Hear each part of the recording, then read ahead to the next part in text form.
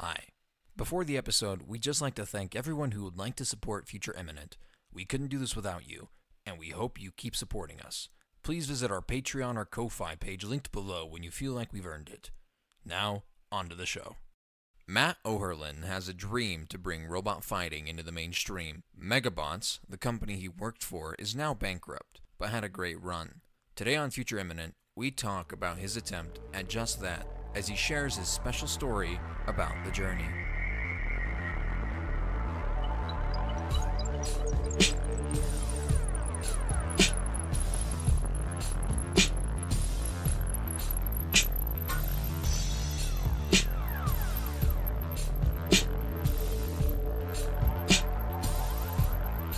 My first question for you is, how are you doing today?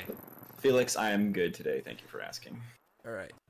I want to make it quick, like we're jumping into it. So I want to thank you for how frank you've been, really open and stuff.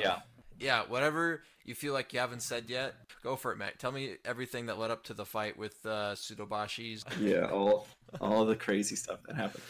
Okay, if you want to go all the way back, once upon a time, I was like living in Detroit. I was like running this makerspace in Detroit. And Guy, my future co-founder, was running a makerspace in Boston. And I was interviewing at Boston Dynamics. They brought me in for an interview, and it was kind of like, oh, like, what is living in Boston? What would that be like? And I'm kind of like Googling the local makerspace, right? Because I spent so much time at mine. And I'm just like, oh, there's this guy named Guy, and he apparently started this place. And oh, weird, he used to work at Boston Dynamics. So like, maybe I'll just hit him up. He can give me some interview tips or what. I don't know. We both run makerspaces. He used to work at the place I'm interviewing at, like, whatever. So I was like, hey, I'm going to be in Boston. Like, you don't know who I am, you know, whatever. But like, you want to just like get dinner? And he's like, sure. And so we sat down, we got dinner and got along pretty well and had similar senses of humor. And what we also found out is that we kind of had complementary skill sets. So like, I'm an electrical and controls guy that has some experience with big hydraulic systems, and Guy's a fantastic mechanical engineer who has experience with hydraulic robotic systems as well. And I never, actually, Boston Dynamics they never even gave me an offer or anything. I don't know what happened. They never told me no. They never told me yes. So I was just like, whatever, I stopped talking. And he and I just kind of became friends. And we just sort of, maybe like a year later, we were kind of both just like freelancing and just sort of like doing engineering projects on the side and stuff like that. And we kind of had this like gentleman's agreement that like, well, if either one of us ever kind of comes across a project that's like too big for just, you know, their own skill set, we kind of like, yeah, let's bring in the other person because we could probably do something really cool together. So Guy eventually met this investor named Josh at his makerspace, and Josh was just kind of like, hey, I'm like looking for cool startups to invest in. You know, does anyone here at the makerspace, like, is anyone working on anything cool? And he was like, oh, how about this like giant robot? And Josh was like, that sounds ridiculous and crazy, but like, I don't know. I mean, you seem to know what you're talking about. So like, sure, let's talk more about it. And so Guy calls me up on the phone and he's like, hey, you know, so like, you know, we talked about we were going to like do something cool together. Well, like I met this guy and I pitched him on building giant robots and I think he might give us money. And I was like, okay, like I'm in. Like, you obviously, like, you don't say no to that. And so we went through a bunch of different like business models on like how this could be profitable, like how is this a business? And it's like really Guy and I just wanted to build giant robots. And we initially it was like, oh, we'll just like have these giant robots. They'll be like out in a forest somewhere and people will be able to like rent them for like a bachelor party and they'll play like giant robot paintball out in the forest or whatever. But then, you know, when you put that all in a spreadsheet, how much does the robots cost to build and maintain, and like where, like the land, how many bachelor parties are really going to come through, and like what can they really afford? Like it's just like the budgets just don't really line up, and we're like, God, these robots, they're so expensive. It's like Formula One car, you know, like you can't, like no one person just like buys a Formula One car, but people go to watch them. I mean, they like pay tickets and you get like thousands of people and like seats to like pay tickets to watch them. And so that's, we're like, oh yeah, like that's what it could be. It could be a sports league. It's like Formula One, but giant robots instead of race cars. And so that's kind of where that idea was born. And then at that point, Josh was like, okay, well, it sounds, yeah, like a sports league. That sounds like that could be $1 billion company. Like sports leagues are big, you know, What's Formula One worth? What's NASCAR worth? What's the NFL worth? So like, here's $200,000 and just go build as much of a robot as you can and run a Kickstarter to start your sports league. See what you can do. And so we put together that agreement, and I moved out to Boston, and we worked at a Geese makerspace. Yeah, we basically we built this crazy half of a robot thing that we called the Mark I, because we were sort of obsessed with Iron Man. And really I mean, everybody at the company to some extent was trying to live out their weird Iron Man fantasies, kind of. I don't know. I think every engineer sort of has these, myself included, where they just I don't know. They all just want to be Tony Stark, right? Because he's cool, he has the best toys, whatever, super charismatic, and can just save the world. It was a cockpit and an arm on this trailer, and we would wheel the trailer around, and you could bring this kind of half of top of a robot, you could kind of if you used the right camera angles and you squinted, you could kind of be okay, I can see how this is a giant robot, I guess. It was a pretty tough sell. Anyways, we made a Kickstarter video from it. It's just it totally bombed. We rented this warehouse space, and we brought this robot over there. It was funny because we were working out of this makerspace, and we built all these robot components, and we didn't have enough room to actually assemble the thing. So we had on the floor, we had a giant robot gun, a giant robot shoulder, a giant robot cockpit, and then a trailer in the parking lot out back, and we didn't have enough room in the makerspace to actually assemble a thing. So we rented a warehouse outside of Boston for a weekend, and we were we're gonna assemble the robot and shoot the Kickstarter video within a 3-day span. And it was just I mean, it was such a show. It's I'm the electronics and code guy, right? So I wrote all the code. There's this battle that happens between the mechanical engineers and the electrical engineers. I'm I need the robot built, because what's going to happen is I'm going to plug it all together, and then the code's not going to be right. The wires are going to be flipped, or what, there's just always some little thing that you've missed or whatever. So you need debugging. So I'm building this big, wiring harness and whatever stupid stuff, and hoping that oh, this is the spinal cord of the robot that I'm going to plug in, and it's just going to work the first time, I guess. I don't know. But the mechanical engineers, in the fabricators, they keep needing more and more and more and more time. So that means the electronics debugging time gets shrunken down, turned into 15 minutes. So it was the last day of the shoot, and we're okay, we got to shoot the video now, and we're still trying to put the arm on of the robot or whatever, and the arm goes on, and I plug everything and turn on all the switches, and the joystick boots up, and the computer boots up or whatever. But what ended up not the axes on the joystick, I don't know, I just had a bunch of bits flipped or whatever. So you'd push the joystick forward, and then the arm would go out to the side, and you'd pull back, and the arm would go the joystick was completely mapped wrong, but the whole film crew is standing there, and we're we gotta film the this is the fight scene or whatever. So I'm just wiggling the joystick around just to try to get the damn arm to move in some direction, and we just cut very specifically small movements and edit it together to make it seem it was functioning properly. And we filmed kind of this goofy fight scene between the robot and this missile turret we had built as well. Anyways, long story short, that Kickstarter totally bombed, because we were just some dudes in a warehouse with a goofy big metal box on a trailer, and we were oh yeah, we need $1.8 million to build a sports league. And for whatever reason, people were why the hell would I give money to these? There's what? $1.8 million? I can give them $20. It's not going to get them anywhere closer. Nobody really cared. We didn't know anything about marketing or how to build a brand. I mean, I think this is one of the big faults of the company throughout its life, is just the company was just run by engineers. We knew how to build stuff, but we didn't know how to build a sustainable business or create, market or do social media or produce content. None of that stuff. It was just well, I don't know, try to figure it out.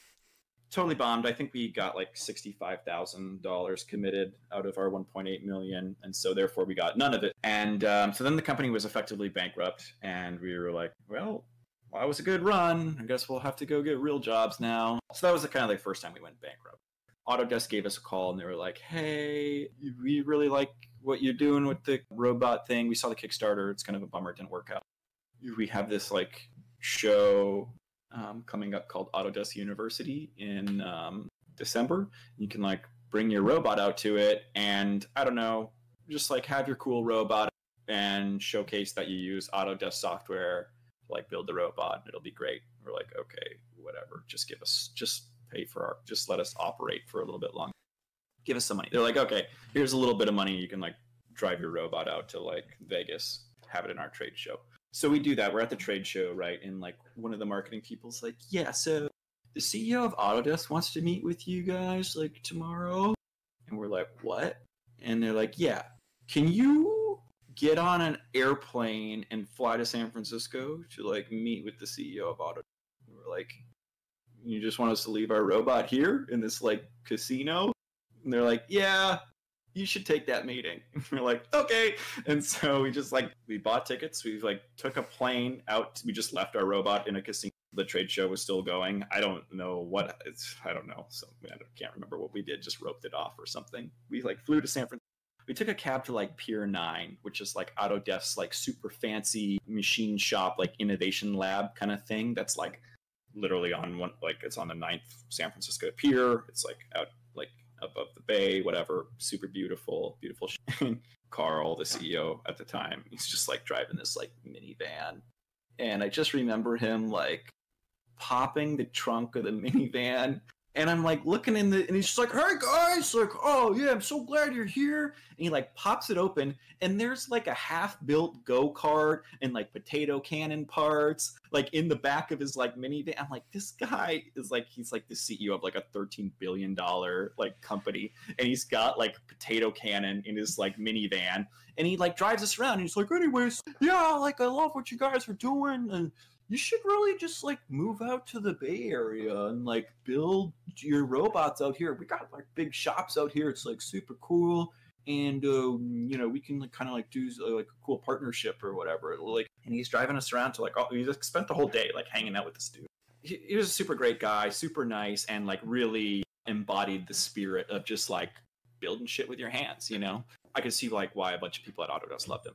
So anyways, he just shows us a bunch of warehouses and we're like, and like the warehouses are like maker spaces, kind of like community operated, you know, they have space for us. We could like rent a plot of land, you know, plot of space within that warehouse and start building, blah, blah, blah. And so we thank him for the tour, we leave and we're like, oh, that was kind of weird. And he's like, anyways, yeah, just like work out a deal with Autodesk Marketing to like come do this in San Francisco. It'll be great in the Bay Area. And we're like, okay. And so we come back to Vegas, and that basically like kicked off the negotiations for like, well, how do we work together? And they're like, okay, we have this thing called Maker Faire coming. Or we both knew what Maker Faire was. Maker Faire is kind of like this big. It's like a science fair that happens in the San Mateo, among other locations. Although I think they like recently went bankrupt. I don't know if they do the Maker. I don't know where they do them. I think they still do them in some locations, but the San Mateo one doesn't happen anymore. Now that the pandemic is happening, it's probably not happening anywhere. Autodesk had a presence at Maker Faire. And they were like, yeah, bring your robot. Maker Faire, well, you should finish it first. Finish your robot and unveil it at Maker Faire. It's going to be great. We're like, okay, cool. So we have to like move across the country to like do this and like, we live in Boston. We got to like break our lease. We got to leave this shop. Like, I don't know. We got to pack everything up. We got to put it into a big truck. Like, what are we going to do? And they're like, yeah, we'll just take care of it. It'll be fine. So we signed this agreement to like finish the robot, bring it to Maker Faire and all this kind of crazy stuff and make some marketing videos for them. And there's a comic on our website. You can like read it and it kind of like details the whole move across the country thing.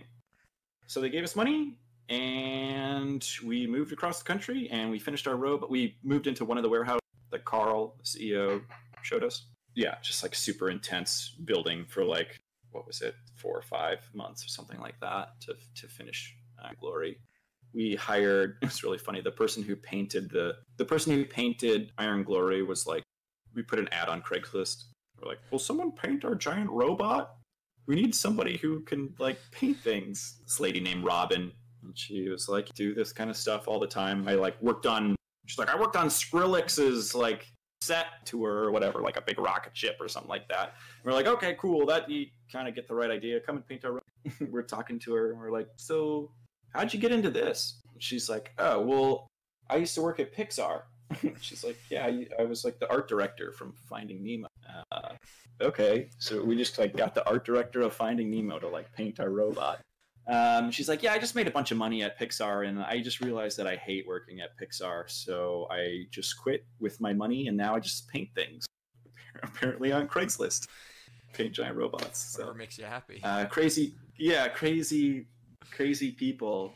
She also painted a lot of the weapons, like the chainsaw and stuff, and the drill on Eagle Prime. So we bring her back to like paint stuff for us. Anyways, little side story. We finish the robot, we bring it to Maker Faire. Autodesk is super happy with it. Super awesome unveiling. Everybody is super jazzed. But then we like ran out of money again because we were like, okay, well the budget ran out. We built the robot. Now we're just how do we get delivered what they paid us to do? And we're out of money. So how do we get this giant robot sports league started? Like we promised Josh, the investor, like that we were going to build him this like $1 billion company, and we got a robot. Like we don't really have a sports league, but man, this is shaping up to be like such a crazy story. And so we started just booking meetings with like anyone that would talk to us in Hollywood. We met with a bunch of production companies and like movie studios and like Disney and like Legendary Pictures, Justin Bieber's like agency. It was like crazy. All these people. We basically couldn't get any of them to agree to some kind of like development agreement or production contract or whatever. We couldn't get them to give us money, effectively, is what it was. And at the time we thought like, if you have a TV show, you're like a crazy multimillionaire. You're like a famous rich person if you have a TV show. We eventually learned that is like not the case at all.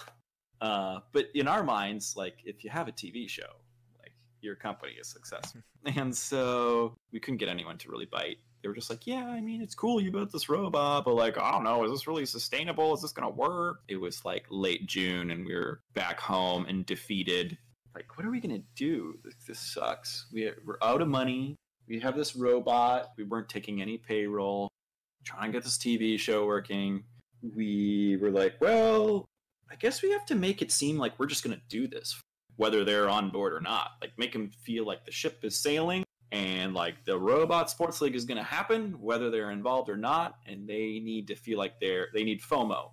And so we're like, well, we only have one robot. How do you start a sports league if you only have one robot? Well, there's like one other robot that we knew of in Japan. I don't know if it's like does it exist anymore? I think I saw a news article about it. Some like Japanese guys were trying to like sell mech suits on Amazon or something. Let's just challenge them to a fight. Like just see what happens. So that was kind of the genius moment of the real turning point of the company where it like catapulted us to something that like people knew about and would talk about. We definitely talked to them before we launched the video. I can't remember if we emailed them before even starting to shoot stuff or if we shot like a rough cut or something of the video and we emailed it to them and we were like, hey, if we release this, like, will you accept? We wrote the letter in English and we had a friend translate it into Japanese and we like sent it to them and yeah, we got a response like a few days later. They were like, yeah, okay, but we think the paintball stuff is kind of boring. So like we want to do it hand to hand.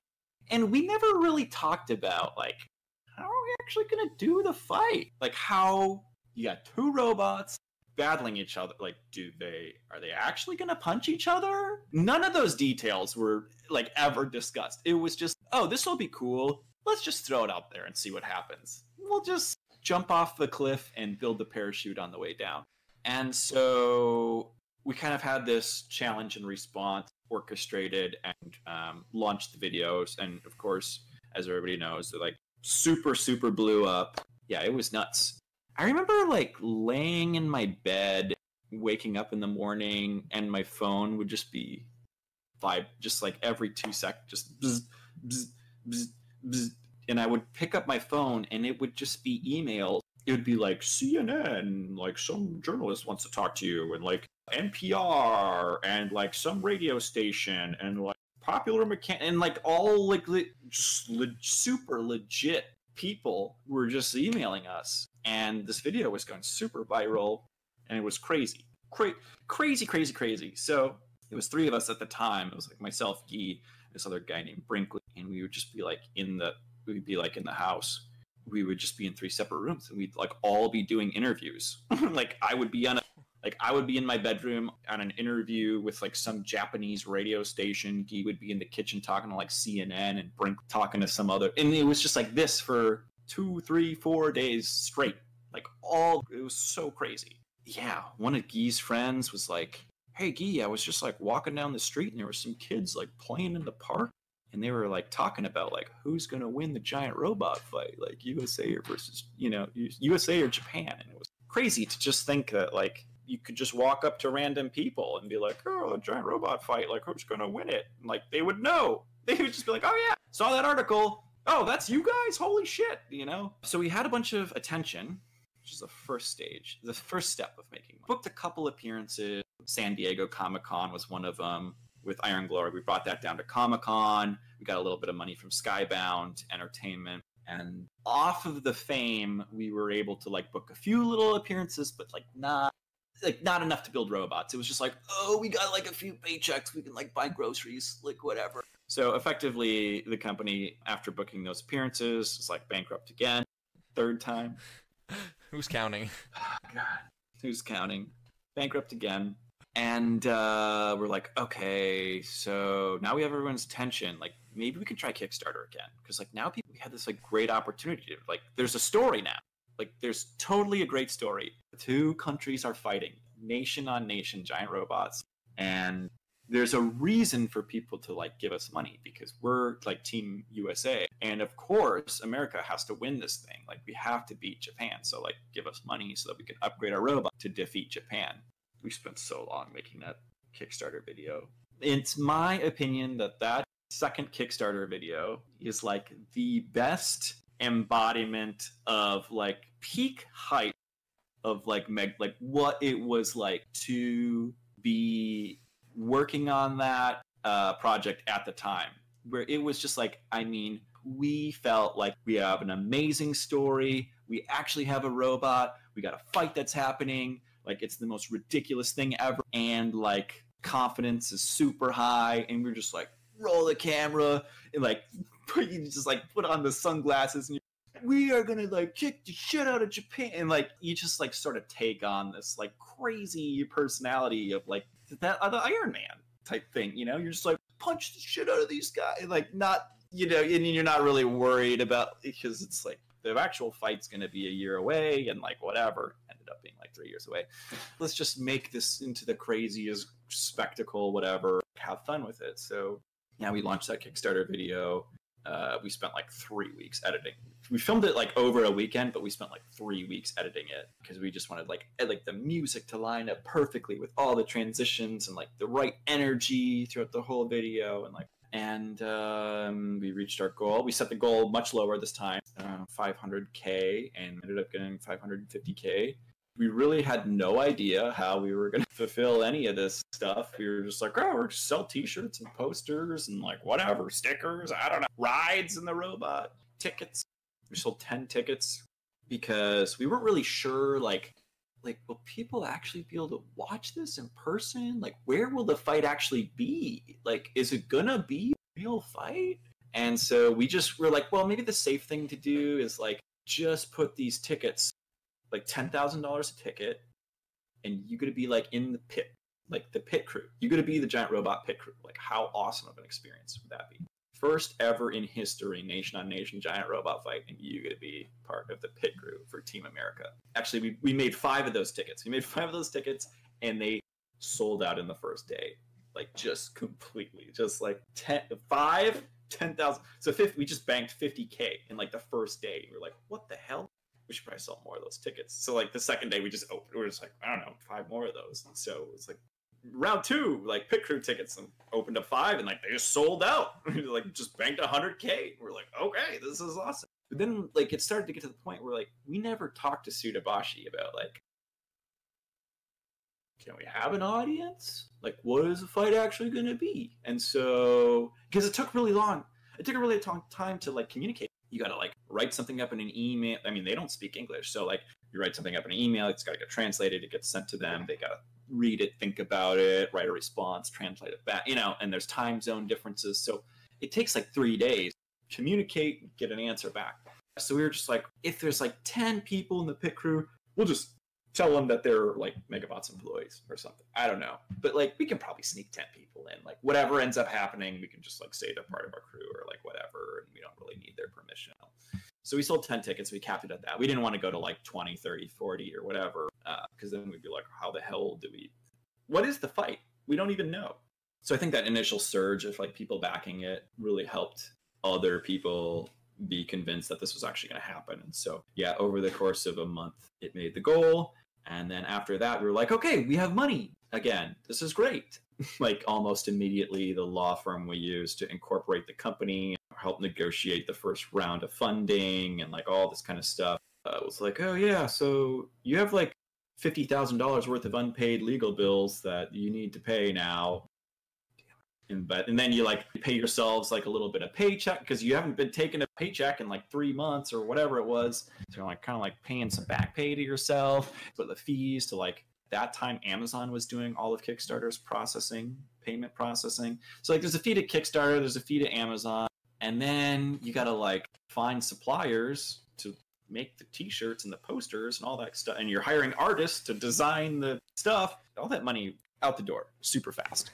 And so we were like very quickly back down to like 150K or something like that after all is said and after you've like bought everything and started fulfilling and like whatever. I think we had like 150K left. And yeah, it was like 3 people. We were like paying rent. I think the rent was like, I don't know, $1,500 a month for like storing the robot. There's robot maintenance. There's a bunch of stuff we got to fix on the robot, blah, blah, blah, blah, blah, blah, blah. But the important thing was we had a little bit of money. What we learned was that investors loved to see that we created something that had market demand. So we had been trying to raise venture capital for the company for like, I don't know, the last year or whatever. But it became a little bit easier once we had completed the Kickstarter, because then it was like, okay, you booked 550K in revenue in your first year of existence. Like, that's pretty good for, start a company and it does 550K in revenue in the first year. Pretty good. I think it was like 7,000 people back to Kickstarter. So like, yeah, you got 7,000 customers, like pretty good. And so we were eventually able to like have productive conversations with investors. They didn't just like completely brush us off. And so, yeah, the Kickstarter had ended and man, it's like December. It was like January or something. We're like, we got to like hire people to like upgrade the robot, like build the robot. Like we told people we were going to upgrade the robot to like fight in a year. Yeah, we got a like year deadline. And so we hired like 3 engineers. I remember these poor guys. We're like doing these interviews and the engineers that we hired 2 mechanical and 1 electrical engineers. When we hired them, we didn't even have money to pay them for more than like 3 weeks, basically. Wow. But like the problem is like you're in these fundraising conversations with investors, and the investors like, oh yeah, like love the business, like say they're gonna give you money, and then they kind of pull back a little bit, and it's just like it's so hard. Oh yeah, the money's there, we're totally gonna invest, and then they like change their mind or whatever. We got to get moving. And like we had a commitment from the investor and we started hiring these people, but like they hadn't wired the money. And so yeah, we just gave them offers and they started, and it was literally like if the money had come 1 day later, we wouldn't have made payroll. So these poor engineers would have been like, so like behind the scenes, we're just like, oh yeah, everything's fine. Everything's great. The company's nothing to worry about. It's going to be great. And yeah, the money came through just, I don't know, one day ahead. So anyways, we're not bankrupt anymore. I think that round we raised like $3.8 million or something like that. Yeah, so then we had money. Then we were like not bankrupt for a very long time. We spent all that money. We built Eagle Prime.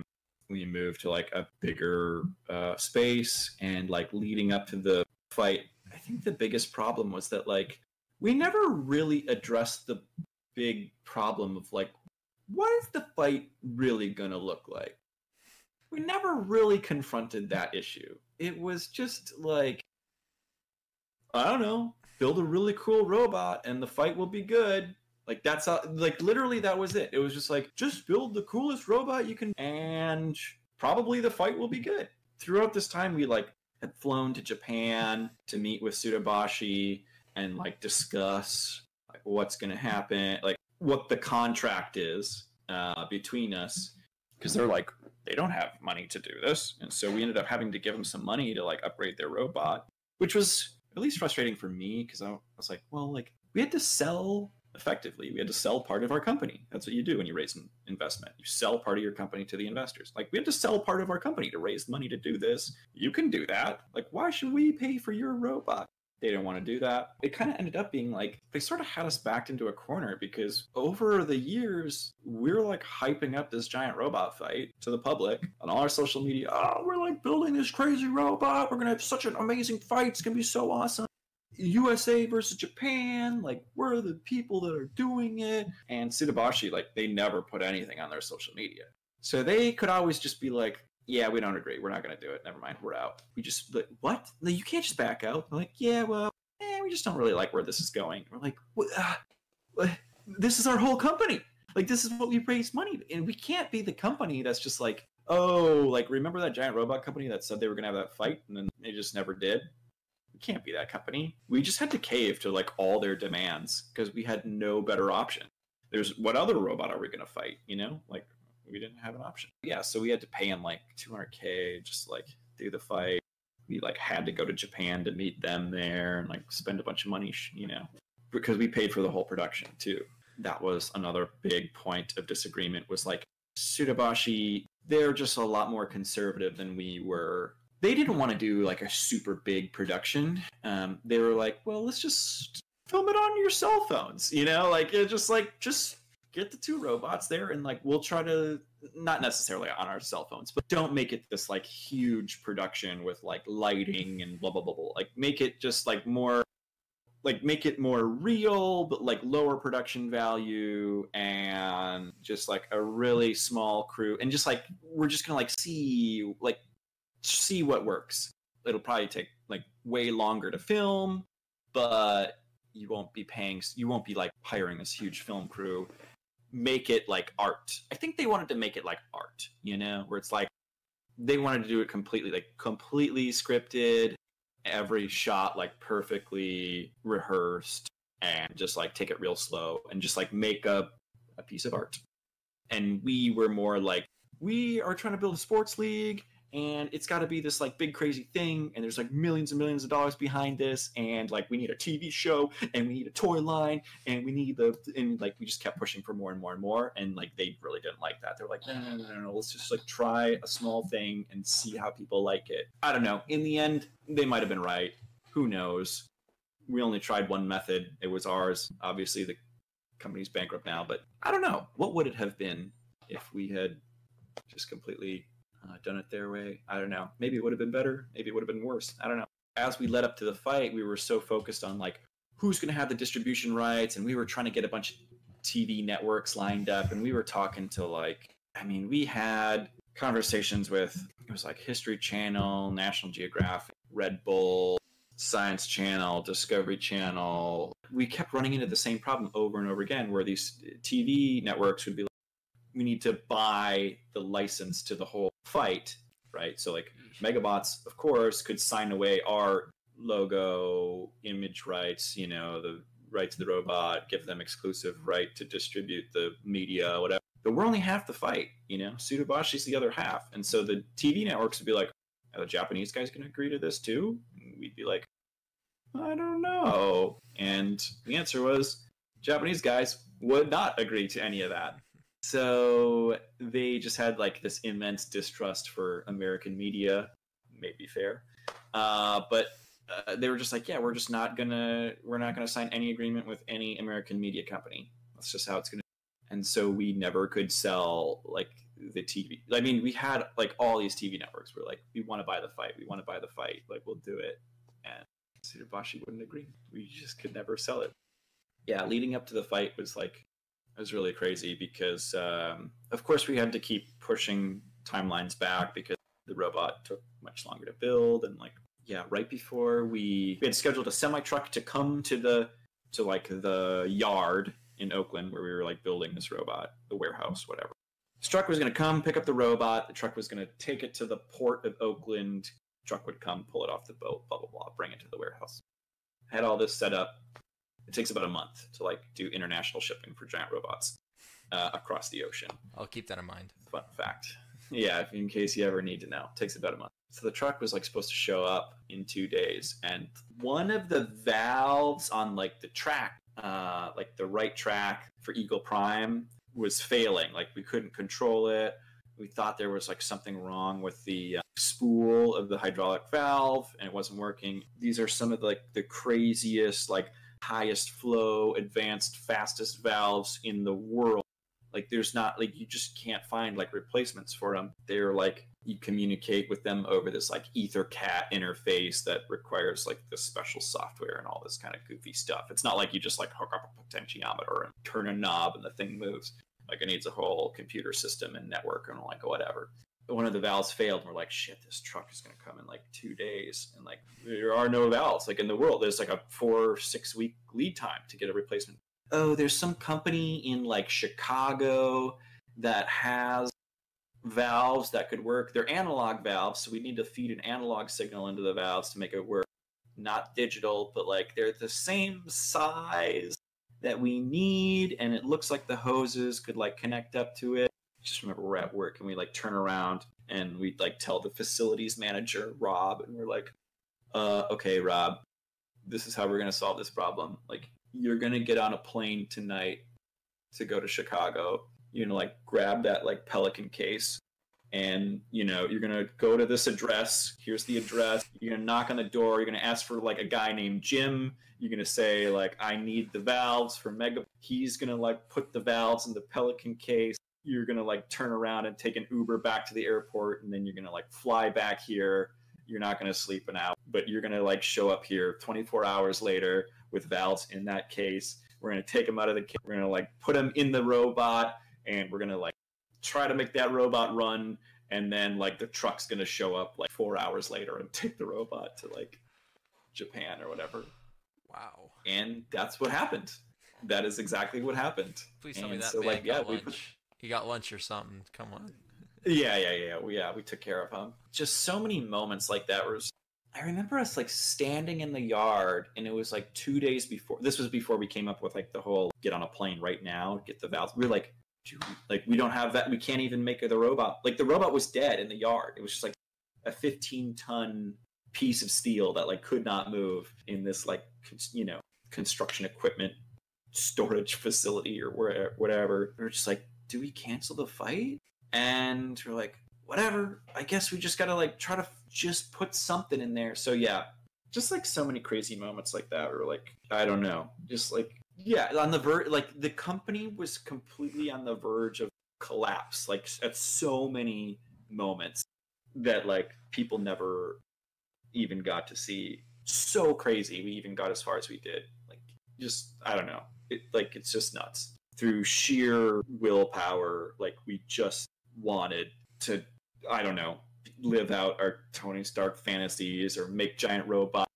Like it was just like the answer was just like, work harder, just work longer and hard, and just make it happen. Like, ran out of money, don't care, gonna work for free, gonna like tell that person we're gonna have a TV show, we're gonna like sell this thing before we even have it. It was just like, make a promise before you even have an idea of like how, we got so far, we need to make it, we're so close, just like say something. So we shipped the robot, and like the truck like picked up the robot, and then we like sent an email to Tsutobashi, and we're like, okay, the robot's on the way. Like you could just tell they were like, oh shit, like this is actually happening. Like they like didn't even expect it to actually like They didn't even like really expect it to happen. And we all went out to dinner like after filming the whole fight and stuff like that. And they told us, we were like super scared when you said like you actually shipped the robot, because through this whole time we like really did not actually believe. Yeah, we did the fight, and there was a bunch of mistakes in that fight. I think, I mean, in general, we should have like the whole theme of this thing was like we should have focused way more on like what is the actual fight going to look like? Do we just commit it to like being completely scripted? Is it completely not scripted? And if it's like completely not scripted, then like we really just should have like taken pilots out of the robots, and like it probably would have looked like crap if it was like completely not scripted, because it would literally be like you'd start the robot up and 15 seconds later you'd accelerate too fast and the engine would stall out, and then your robot would shut off and like the other one would just like smash into it, but like not in a satisfying like punching the robot. It would just be like construction equipment just sort of like mashing into each other, and like we should have focused on well, like what's the end product and worked our way backwards. But I mean, I wish we would have recorded the audio a lot better. It was much cooler to see in person. We kept like editing this video to like the audio's like not that great, like we should lay in more sound effects, or we should get the announcers to take another cut of like announcing like the things that are actually happening like as the fight happened. And our investors just started pressuring us because they were like, everybody needs to see the like fight video. Where's the fight video? You had the fight like months ago, 2 months ago, 1 month ago, whatever it was. Where's like, you gotta upload the fight video. What are you guys doing right now? Like they were emailing, these people like give you like millions. One of them, we invested $1 million in this company. Like what are we getting? Like what, you gotta like keep moving forward. And they were like, you need to upload that video now. Like, it's not done yet. It's not good enough yet. And like the fans wanted to see it. People were asking questions. So it's just like, we just like released it a little earlier than I wanted to. But like, it might have been 30% better. But I don't think it would have been like that it needed to be to like launch the whole next stage of the company of like, oh my God, giant robot fighting is a thing. It looks incredible. It lives up to everybody's expectation. Like blah, blah, blah, blah, blah, blah, blah. Like, the money just gets thrown at us and we get to like do the next step. I don't think any amount of editing would have gotten it to that, but we might have gotten a little closer, but I don't. And after the fight, it was just sort of like the downward spiral after that. Yeah. And you gotta admit, you're gonna go down in history, at least like the first attempt. Yeah, hopefully we get to be in the history books. And I don't know. I mean, yeah, the robots still exist in the world. I don't know what's gonna happen to them. Like if the other owners, like, are they going to be able to monetize? I don't know if they're going to be able to pay for those robots. Yeah, I know you sold Eagle to that gentleman. I can't remember his name. Bill Payne. He owns a monster truck production company. He's got like a fleet of monster trucks and just like crazy live entertainment vehicles. So he gets like, his company's called Straight Up Racing. Let's say you own like a big dirt track and you're like, bring people to my dirt track to like watch a show. So you write a check to Bill Payne. You're like, make a monster truck show happen here. And then he does it. He brings a bunch of monster trucks. He brings a goofy, like, now a giant robot, I guess, fire-breathing, car-eating dragon thing. I think he's got a Robosaurus. Truckosaurus, whatever you want to call it. And so now Bill also has Eagle Prime. And Eagle Prime's not really, at least when I sold it to him, it's not really in a state where it can do live shows in front of 5,000, 10,000 people or whatever, because it doesn't turn that well in the dirt. It kind of gets like the suspension needs some work. It shuts down a lot. It's just like not that reliable. The controls are not super great. Like if you have a pilot that's piloted it for a long time, you can make it look kind of cool, but like it's pretty hard to get good at it. There's a lot of hydraulic leaks. It just requires a lot of maintenance. And so right now, he's basically like dumping money into it, try to get it to that point. He's put new track pads on and he's kind of reinforced a few joints to make it a little less wobbly. He's like turned the pressure on the system down. So like the robot's going to move slower. It'll probably just move like one joint at a time. Ideally, it's going to be a lot more reliable. I don't know. We'll see if he can get it to. I think he might have to simplify some of the control system too, like rip out some of that crazy computerized stuff and just like make it you pull back on the joystick and it controls that valve. I'm like, that's it. There's no like central processor managing the, angles of the joints and like all that kind of stuff. I think if he simplifies it a lot, he can maybe get to the point where like the robot will be like, it'll kind of have like a lobotomy. Like it'll be like much dumber, but like it'll be a little more like Iron Glory. So I don't know, like it's probably not going to be able to like move multiple joints and play animations and stuff like that, but maybe it'll like be able to like kind of grab a car and like tear a couple tires off a car and like push it over, so I don't know, shoot fire or something like that. But and the crowd goes wild, and then it just like goes away, all very slowly. But if he can get it to a point like that where it can just like do some show reliably, then he can maybe start to make money on it. But dude bought it for $29,000, and he's probably dumped another $10,000 into it, just like employee salaries and replacement parts and welding and that kind of stuff. So now you got to haul that thing around, but he's got trucks to haul stuff, so I don't know, maybe it makes sense for him. But I would like it to be back in front of people again, because it is super cool to see. Maybe someday he decides he doesn't want it anymore, and then I buy it back from him or something like that. I don't know. We'll see. Or Boston Dynamics makes one of their own, just to bring it to bring it around. Bring it all the way around, yeah. They buy it off of him, and they add those fancy auto-balancing legs to it. Yeah. Man, and it's crazy because like we set our design specifications for the robot super high. Like that thing, we basically built it to like all the joints have such small tolerances that like there's not much, there's supposed to be not much slop in the joints, so that you could actually do like dynamically stable like walking of the robot. If you could like theoretically like cut off the track and you like put feet, it had enough joints and articulation to like do like walking. But like the problem is we could never find a power plant that had enough power density. The amount of power you would need to make it do that, like you'd have to have this like crazy, like we just could like crazy jet engine on it, or like I don't even know. You'd have to end up talking to the FBI about that uranium cake you bought. Yeah, we couldn't find a power plant that was dense enough to do that. They're like, I don't know, let's just like put tracks on. But yeah, so the problem is like there's all these extra joints. Like the robot, like when it stands up, like the robot actually has a joint at the ankles where like it can move, it can tilt forward and back like that. We ended up just like welding that joint shut during assembly because we just didn't have enough time to put actuators in that joint. Yeah, there's a lot of joints in the robots that are just like frozen joints because we didn't have time and money to like activate those joints.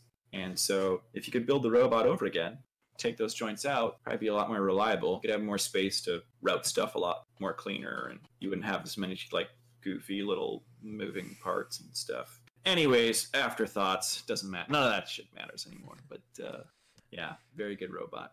Very good robot. That was Matt Oehrlein telling us the story of MegaBots. If you'd like to hear me ask him additional questions, please join us in 2 weeks when we go over his plans for the future. Until then, have a good one. I don't do this alone, and I wouldn't want to. As the host of Future Eminent, it is my pleasure to thank Nick Gertson for producing, Lee Collings for his help in writing our script, and the Futurist Foundation for supporting this podcast. Be sure to check out the description for the links to our website, our Discord channel, and our sponsors.